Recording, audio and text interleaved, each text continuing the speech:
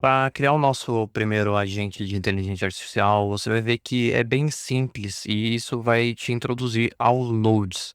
Os nodes são blocos de construções para execução, tá, de aplicativos, de, opções. A gente vai entender um pouco melhor isso na prática. Existe algumas opções para a gente adicionar um node. Quando você cria o workflow, existe essa opção. Existe a opção de você clicar no maisinho, o tab. Outra opção bem legal é você clicar com o direito e adicionar um node.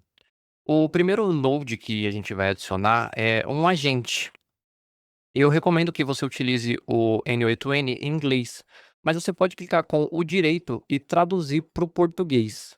Eu vou utilizar em inglês porque eu assisto muitas aulas, às vezes, em inglês. E aí, pra, sabe, ter essa familiaridade melhor sobre os aplicativos que estão sendo utilizados, eu utilizo o inglês.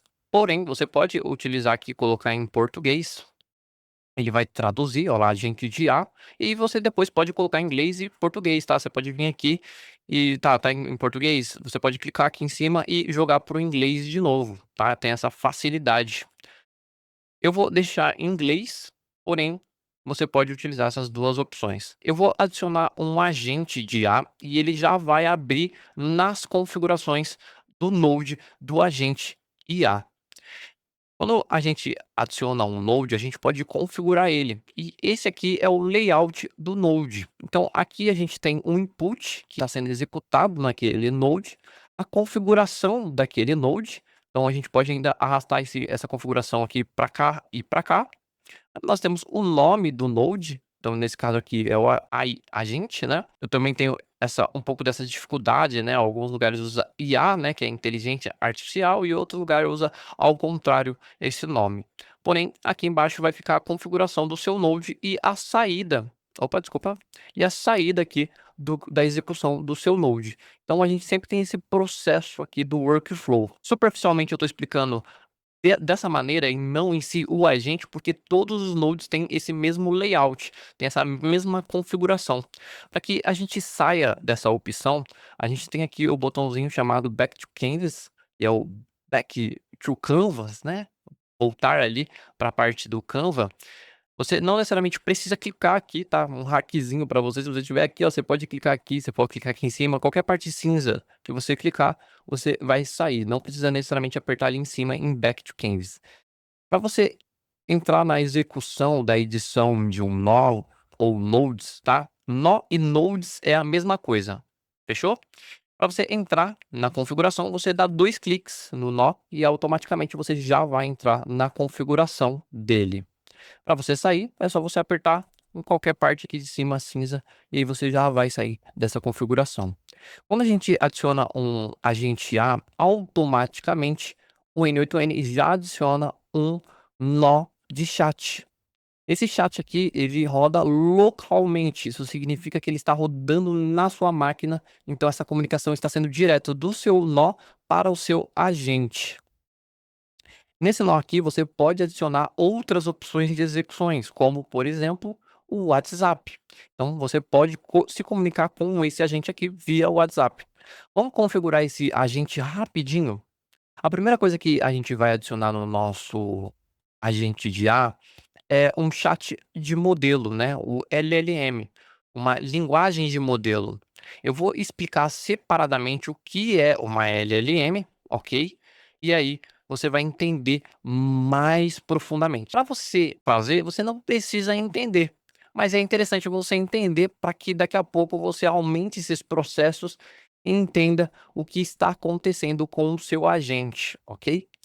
E para a gente adicionar o chat de modelo, a gente pode clicar nesse maisinho aqui e ele vai dar algumas opções de modelo de linguagem. Existem muitas versões pagas e algumas gratuitas. Eu vou utilizar a gratuita mais fácil de adicionar. Então vamos adicionar junto comigo para que você faça a versão mais básica e depois você aprimore o seu agente. Vai ter uma grande diferença de você usar uma versão gratuita e uma versão paga.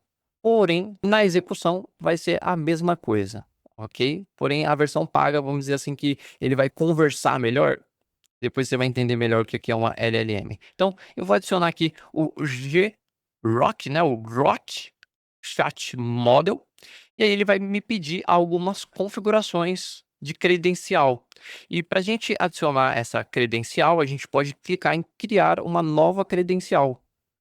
E aí ele vai pedir uma API QI. Para a gente conseguir essa API QI, então aqui no Google a gente já pode até ver que tem a primeira opçãozinha do API QI. Porém, eu vou entrar aqui no site deles. No site deles, você pode vir tanto em desenvolvedores, Free API, ou aqui nas 3 barrinhas, desenvolvedores, Free. É bem fácil de você achar. Isso para qualquer modelo de linguagem, para qualquer API. Por exemplo, Spotify API, correto? Então olha só, eu já consegui achar a API do Spotify.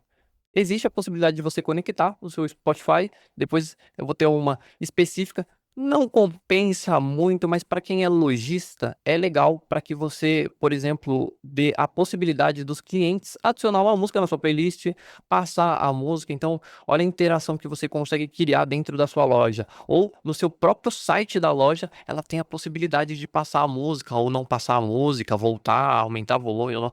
Entendeu? A opção é ilimitada quando você aprende a fazer as coisas do jeito certo. Então aqui existe diversas API que eu criei.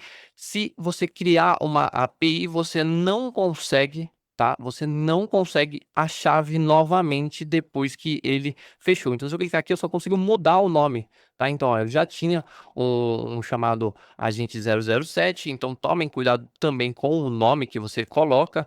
Esse agente 007 é só para eu treinar mesmo, porém é interessante você colocar um nome para identificar de tanto da onde é essa API para onde ela está indo. Porém, você pode utilizar elas em outros lugares também. Eu vou criar essa API, eu vou colocar aqui o nome, então esse aqui vai ser o agente 007. Ele pode ter um problema, então eu vou colocar mais um zero aqui, porque geralmente eu coloco esse nome só para testar. Vou dar um submit e vou copiar a minha chave QI. Você tem que tomar cuidado com essa chave QI. Eu estou mostrando aqui porque é gratuito, então se você quiser usar isso aqui, você pode. Para mim, tanto faz, tanto fez. Eu não utilizo esse modelo de linguagem. Então, eu vou copiar essa chave. E lembrando, ó, copiei. Quando você fechou, você não tem mais acesso a essa chave, tá? Então, olha só, se a gente vem aqui, não tem como a gente pegar mais essa API. Isso acontece também com outros sites. Então tomem bastante cuidado. Por exemplo, do Spotify, se eu não me engano, não tem essa opção. Tipo, você tá sempre com a sua mesma chave API. Então, se eu mostrar a minha chave da API, provavelmente alguém pode pegar e começar a trocar minhas músicas, fazer automações com o meu Spotify, eu estou escutando meu Spotify e as pessoas começarem a me trollar. Então tomem cuidado com a sua chave API, porque se a pessoa conectar, por exemplo, ela vai ter o acesso. Então olha só, a gente salvou aqui, eu colei a chave aqui, dei o save e olha só, conectou com sucesso o meu modelo. Aqui no modelo, então aqui a gente vai ter a credencial. É legal você renomear a credencial, tá? Aqui, ó, aqui em cima, com, por exemplo, o agente 007. Esse aqui tem um zero a mais e eu coloco um tracinho e qual é o modelo de linguagem que eu estou utilizando. Por exemplo, o ChatGPT, ele tem alguns modelos diferentes do que tá aqui, obviamente, né, específico do ChatGPT, que alguns vão gastar mais dinheiro e alguns vão gastar menos. Não é um valor fixo, é por quantidade de uso. Então é como se você colocasse uns créditos e eles usam o sistema de tokens. A gente vai ter uma aula específica falando sobre tokens, né, como que funciona, e aí você vai entender um pouco melhor como que esse valor é cobrado. Você consegue mensurar mais ou menos ali quanto que você vai gastar. E aqui no modelo eu vou deixar essa opção selecionada pelo próprio Grok, ok? Então eu não vou salvar aqui, não preciso salvar essa senha, eu vou deixar aqui certinho. Vou colocar o nome, não necessariamente você precisa fazer isso, mas eu vou colocar aqui, é, é, Llama 3 e vou colocar 8B, que são o parâmetro de 8 bilhões. Depois a gente vai ir para mais a fundo sobre isso. Então, lá só ficou a gente, 007 e a linguagem de modelo que está sendo utilizada aqui. A memória, eu vou colocar uma memória bem simples no nosso agente com um contexto de 2, ok? Então, ele vai vir nessa opção mesmo, ele vai identificar qual que é a seção e o parâmetro de quantidade de janela de contexto. Eu vou colocar 2 porque na próxima aula eu vou explicar o que que é esse parâmetro, mas o nosso agente já está funcionando. Olha que legal. Então, vou abrir aqui Open Chat, ou a gente tem a opção de abrir aqui por baixo, ele vai abrir esse chat local pra gente, e eu vou mandar um bom dia para o meu agente. Olha que legal, bom dia.